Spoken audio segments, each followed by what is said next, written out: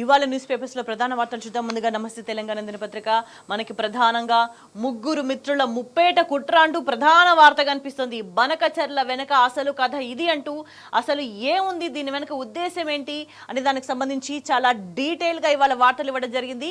మనం ప్రధానంగా గమనిస్తే ఏదో జరుగుతున్నది అనేది కథను మనం ఇక్కడ చూడొచ్చు. ఏదో ఉత్పాదం ముంచుకొస్తుంది, కనిపించని కుట్ర ఏదో జరుగుతున్నది. ఢిల్లీ వేదికగా దీనికి రచన సాగుతుంది. ముందే సిద్ధం చేసుకున్న డైలాగులు అటు నుంచి ఇటు నుంచి చిట్ చాట్ వల్లింపులై వినిపిస్తున్నాయి. 3 రోజుల్లో ముఖ్యమంత్రి మాట్లాడిన 3 రకాల మాటలే దీనికి సాక్ష్యం. ఆ మాటల్లో ధ్వనిస్తున్న లొంగుబాటు స్వరం భయం గొలుపుతుంది. నీటి లభ్యత మీద ఆయన చెప్తున్న లెక్కలు ఆందోళన కలిగిస్తున్నాయి. 2800 టీఎంసీలు కావాల్సిన చోట మాకు 1000 చాలు అంటూ చేసిన ప్రకటన విభ్రాంతికి గురి చేస్తుంది. 600 ససేమిరా అనాల్సిన చోట చర్చించుకుందాం రా అంటూ ఇస్తున్న పిలుపు అనుమానాలను ధృవపరుస్తుంది అంటూ కూడా మనం చూస్తున్నాం. సో ఏదో జరుగుతుంది. అల్టిమేట్ గా చూస్తే తెలంగాణకు సంబంధించి ఒక అతిపెద్ద కుట్ర జరగబోతుంది. సో ఎగ్జాక్ట్లీ మనం ఇక్కడ చూసినట్లుగా ససేమిరా అనాల్సిన చోట చర్చించుకుందాం రా అంటూ ఇప్పుడు ప్రభుత్వ అనుకూల అన్ని ప్రధాన మెయిన్ స్ట్రీమ్ మీడియా అన్నిట్లలో కూడా ఇదే వార్తను ప్రధానంగా చేస్తూ చర్చలనే ప్రాధాన్యంగా చేస్తూ వాళ్ళంతా కూడా వార్తలు రాసుకున్న పరిస్థితి కనిపిస్తుంది. సో అల్టిమేట్ గా తెలంగాణకు నష్టం చేసేది ఏదో జరుగుతుంది బనకచెర్ల పేరుతో అనే విషయం స్పష్టమవుతుంది. ఇక మరోవైపు చూస్తే ఇదేం దేబరింపు అంటూ కూడా చూస్తున్నాం. ప్రాజెక్టు కట్టేది వాళ్ళు, అవసరం వాళ్ళది. చర్చల ప్రతిపాదన అంటూ వస్తే వాళ్ళ నుంచి రావాలి, వాళ్ళు మనని దేబరించాలి. అంతేగాని నేనే ఒక అడుగు ముందుకు వేసి చర్చలకు పిలుస్తా అనడమేంటి? కాళేశ్వరం కోసం ఆనాడు మనం మహారాష్ట్ర చుట్టూ తిరిగి ఒప్పించుకున్నామే తప్ప వాళ్ళు రాలేదు. వాళ్ళు అడిగినవన్నీ ఇచ్చి అన్ని అనుమానాలు తీర్చి ఒప్పందం చేసుకున్నాం, అవసరం మనది కాబట్టి. కానీ ఇదేంటి, వాళ్ళు అడగకముందే రమ్మంటూ ఎర్ర తివాచి స్వాగతాలేంటి? ఈ స్వామి భక్తి ప్రకటనలేంటి? గురువైతే ఇంటికి పిలుచుకోండి, దండలేసి దండం పెట్టుకోండి. కానీ ఇది రాష్ట్రం, ఇది ప్రభుత్వం, 3.5 కోట్ల మంది భవిష్యత్తుకు సంబంధించిన విషయం అంటూ మనం చూస్తున్నాం. ఇది ఏపీకి సంబంధించి ముఖ్యమంత్రి రేవంత్ రెడ్డి వ్యవహరిస్తున్న తీరు. సో వాళ్ళకి అవసరం ఉన్నా కానీ రేవంత్ రెడ్డి వ్యవహార శైలి చాలా అనుమానాలకు తావిస్తుంది. సో వాళ్ళ అవసరం వాళ్ళు అడగాలి, కానీ వాళ్ళు అడగక ముందే రండి చర్చించుకుందామంటూ మేము పిలుచుకుంటామంటూ మాట్లాడుకోవడం ఇప్పుడు అనేక అనుమానాలకు తావిస్తోంది. సో ఇక్కడ ఒక్కసారి ప్రధానంగా గమనిస్తే తెలంగాణ అవసరాలకు ఎన్ని టీఎంసీల నీళ్లు కావాలో కూడా తెలియని సర్కారు పెద్దలు ఆ చర్చల్లో పెద్దపీటలు వేసుకొని కూర్చుంటే ఏం జరుగుతుంది? చివరకు బలయ్యేది ఎవరు? ఒక పార్టీ అధికారంలోకి వస్తే 5 ఏళ్లు ఉంటది పోతది, కానీ ఇది రాష్ట్ర భవిష్యత్తుకు సంబంధించిన అంశం. తెలంగాణ హక్కులకు నీటి వాటాలకు సంబంధించిన విషయం. చిన్న తప్పు చేసిన తరతరాలకు తీరని అన్యాయం చేసినట్టే. ఇవేవీ పట్టకుండా బాధ్యత రాహిత్య వ్యవహారం ఏంటి? అడగడమే ఆలస్యం, పసిడి పల్లెంలో పెట్టి సమర్పించుకుంటాము అన్నట్టు ఈ నాటకం ఏంటి అనేది కూడా ఇక్కడ మనకు ప్రధానంగా కనిపిస్తోంది. సో అసలు ఈ చర్చలు జరుపుతుంది ఎవరితో? 2018లో మీకు పంటలు పండే భూములు ఎక్కడున్నాయి అని ఎగతాళి చేసిన వాడితో. ఇట్లా ఎగతాళి చేసిన వ్యక్తి చంద్రబాబు నాయుడు. మీకు నీళ్ళెందుకు అంటూ ట్రిబ్యునల్ ముందు వాదించిన వాడితో. సో మీకు నీళ్ళెందుకు అంటూ వాదించిన వ్యక్తిని రెడ్ కార్పెట్ పరిచి చర్చించుకుందాం రాని వాళ్ళు అడక్క ముందే అడగాల్సిన అవసరం ముఖ్యమంత్రి రేవంత్ రెడ్డికి ఏంటనే ప్రశ్న వస్తుంది. మీ దగ్గర అగ్రో క్లైమేటే లేదని వెకిలిగా నవ్విన వాడితో, ఏపీ లేకపోతే దేశానికి ఆహార భద్రతే లేదు అన్న వాడితో, కాళేశ్వరం పాలమూరు మీద పుంఖానుపుంఖాలుగా కేంద్రానికి ఫిర్యాదులు చేసిన వాడితో రేవంత్ ఇప్పుడు చర్చిస్తానంటున్నాడు. సో మనకి ఇక్కడ చాలా స్పష్టంగా అర్థమవుతుంది. కాళేశ్వరం మీద, పాలమూరు ప్రాజెక్టు మీద అనేక సార్లు చంద్రబాబు నాయుడు వరుసగా లేఖలు రాసి అడ్డుకునే ప్రయత్నాలు చేసిండు. కానీ ఇవాళ నిన్నటి వరకు కూడా చంద్రబాబు నాయుడు మాట్లాడుతుంది ఏంటి అని అంటే అబద్ధాలు మాట్లాడుతున్నాడు, అబద్ధాలు వల్లే వేస్తున్నాడు. నేను అడ్డుకోలేదు తెలంగాణ ప్రాజెక్టులని ఎప్పుడు కూడా మాట్లాడుతున్నాడు. కానీ అక్కడ కళ్ళ ముందు ఆయన రాసిన లేఖలు స్పష్టంగా కనిపిస్తున్నాయి.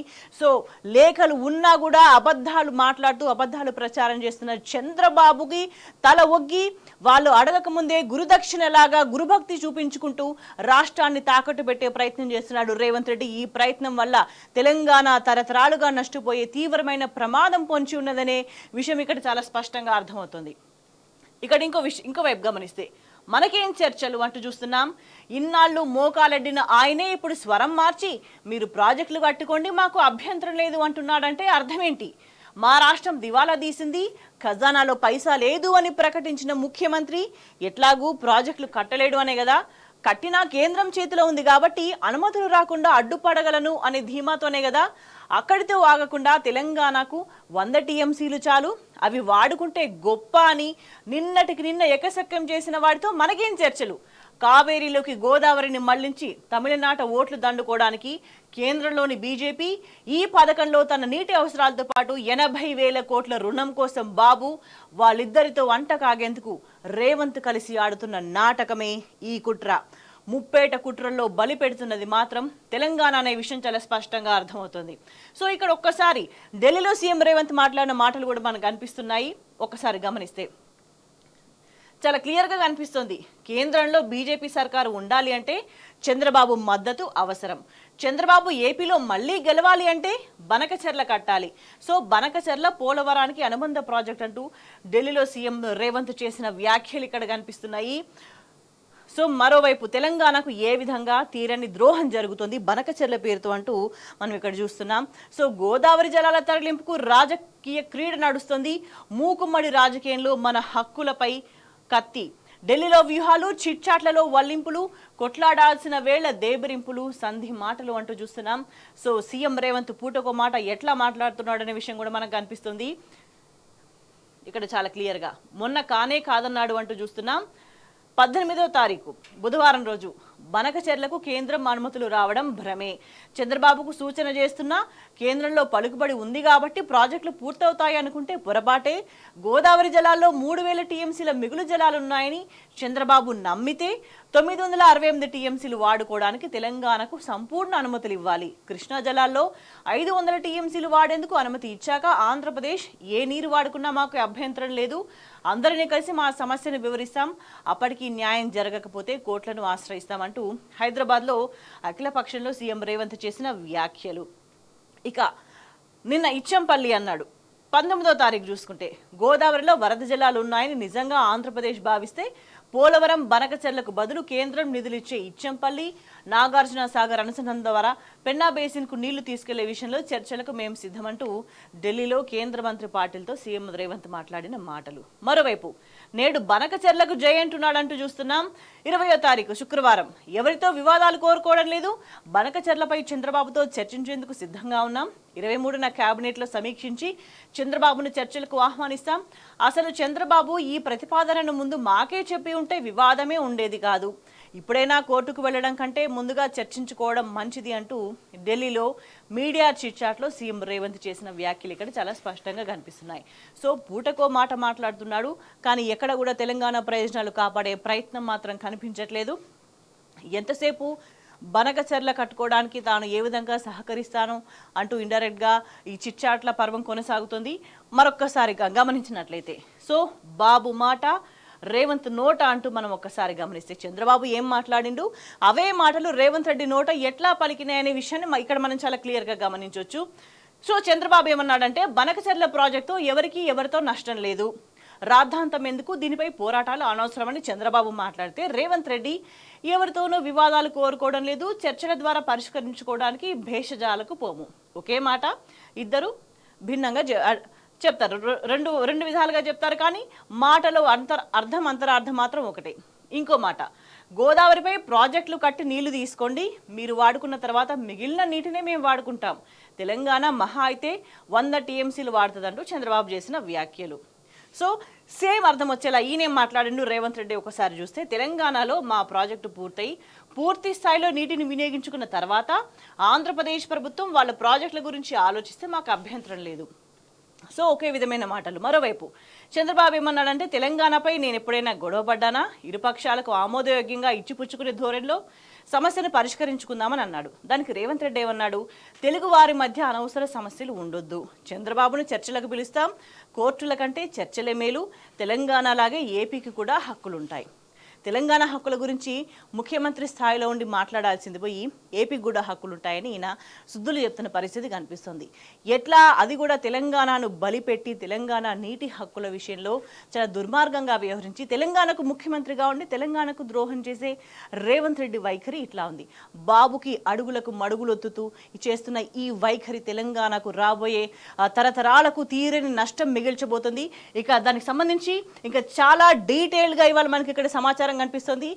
ఇప్పుడు ప్రధానంగా తెలంగాణ మీద ఎవరి ప్రేమ ఎంత ఉన్నదనే దానికి సంబంధించి రేవంత్ రెడ్డి ఏం మాట్లాడుతున్నాడు, బీఆర్ఎస్ వాదన ఎట్లా ఉంది, రెండింటి మీద డిఫరెన్స్ ఒకసారి మనం గమనించినట్లయితే గోదావరిలో 968 టీఎంసీలు, కృష్ణాలో 500 టీఎంసీలు వాడుకోవడానికి తెలంగాణకు అనుమతిచ్చి ఏపీ లేదా ఎవరైనా ఎన్ని నీళ్ళైనా వాడుకోవచ్చు, మాకు అభ్యంతరం లేదు. పోలవరం బనకచెర్లకు బదులు కేంద్రం నిధులు ఇచ్చి ఇచ్చంపల్లి నాగార్జున సాగర్ అనుసంధానం ద్వారా గోదావరి వరద జలాలను పెన్నా బేసిన్ కు తీసుకెళ్లే విషయంలో చర్చలు జరిపేందుకు మేము సుముఖంగా ఉన్నాం. తెలుగు వారి మధ్య అనవసరమైన సమస్యలు ఉండొద్దు అని రేవంత్ రెడ్డి మాటలు కనిపిస్తున్నాయి. కానీ బీఆర్ఎస్ వాదన ఎట్లా ఉంది, గోదావరిలో ఇప్పటికే కేటాయించిన 968 టీఎంసీల వాడకానికి ఏ బాబు దయాదాక్షిణ్యాలు అక్కర్లేదు. ఇక సముద్రంలోకి పోతున్న 3000 టీఎంసీల నీటిలో 1950 టీఎంసీలు తెలంగాణకు కేటాయించాల్సిందే. అలాగే కృష్ణా జలాల్లో 750 టీఎంసీల వాటా ఇచ్చి తీరాలని మా ప్రభుత్వం ఇప్పటికే బ్రిజేష్ ట్రిబ్యునల్ ముందు వాదనలు వినిపించింది. దీనికి కట్టుబడి ఉండాల్సిందే. గోదావరిలో మిగులు జలాలపై శాస్త్రీయ అధ్యయనం జరగాలి, దాని తర్వాతనే అనుసంధానం సంగతి. ఇచ్చంపల్లి నుంచి నీళ్లు తరలించేందుకు అంగీకరించే ప్రసక్తి లేనే లేదు. ఇక్కడ మనకి తెలంగాణ ప్రయోజనాలను కాపాడే ప్రయత్నం కనిపిస్తుంది. ఇక్కడ తెలంగాణ ప్రయోజనాలను ఏపీకి, చంద్రబాబు నాయుడికి తాకట్టు పెట్టే ప్రయత్నం చాలా స్పష్టంగా కనిపిస్తుంది. సో రేవంత్ రెడ్డికి తెలంగాణ మీద ప్రేమ లేదు, బాధ్యత పొరపాటున కూడా లేదు.